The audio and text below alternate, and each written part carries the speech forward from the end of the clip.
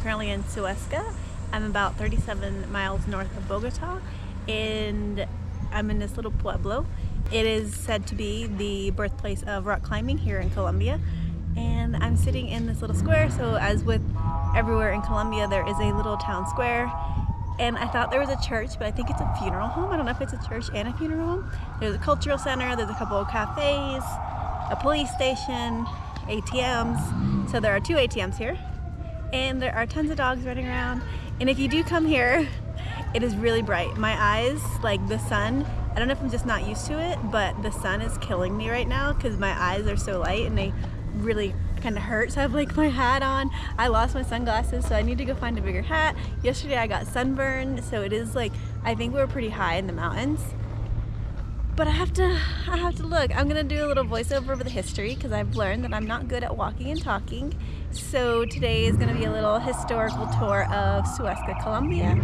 And it is surrounded by farmlands, and they have cattle, and they have flower places here, as well as rock climbing. So it is like a destination for Bogotá tourists on the weekend. Suesca is located in the Cundinamarca area of Colombia, and at one point in time was the site of nomadic hunter and gatherers. It is said that the hunter and gatherers lived underneath the rock formations and used it as shelter from the weather. The Muiscas also inhabited Suesca at one point, and the same chief that ruled over Guatavita, which is known for having the sacred Lake Guatavita, also ruled over Suesca. Suesca also has Lake Suesca, which was also used in tribal rituals. This is also why the Spanish thought that Suesca and Guatavita and a bunch of other towns around here, little pueblos, this is why it's on the road for El Dorado, is because they heard a rumor that there was a chief that was covered in gold. And he put on his gold in the morning, and then he washed it off in the sacred lakes in the afternoon. However, no one has ever really found this city of El Dorado, and many of the Muisca in the cultural heritage of the Muiscas believe that when you went into the middle of, they would go into the middle of the sacred lake, and they would offer up gold to the gods. Gold, copper, emeralds, and they would offer them to the gods for peace and harmony within their village and their culture, and then they would put it in the water. So when the Spanish found out that this tribe was essentially throwing gold into the rivers or into the lake, they thought they saw money. So they wanted to go and take the gold and use it as money. And however, the Muisca culture did not see it this way. They saw it as an offering, because at this time in history, to the natives, salt and coal was more valuable.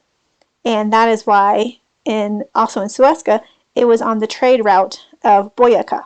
So every 4 days in Suesca, there was a market to sell their goods, as well as it was part of the Muisca heritage, and they made pottery here.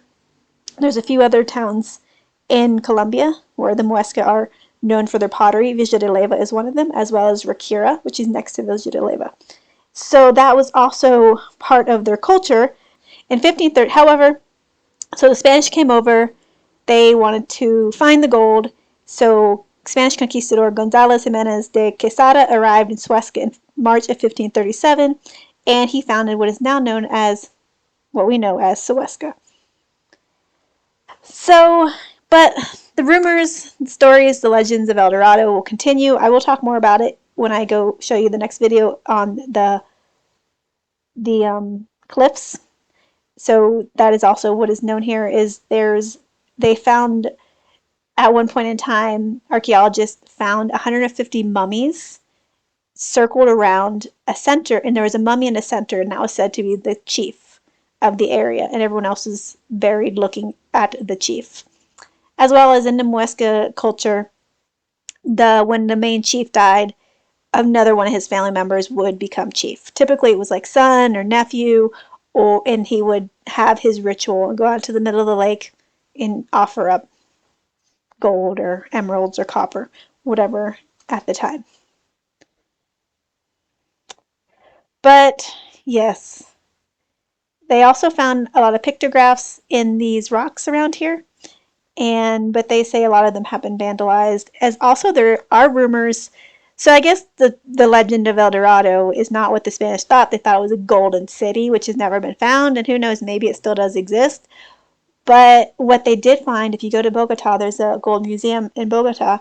They found tons of gold everywhere, and they even think that there's still gold around here.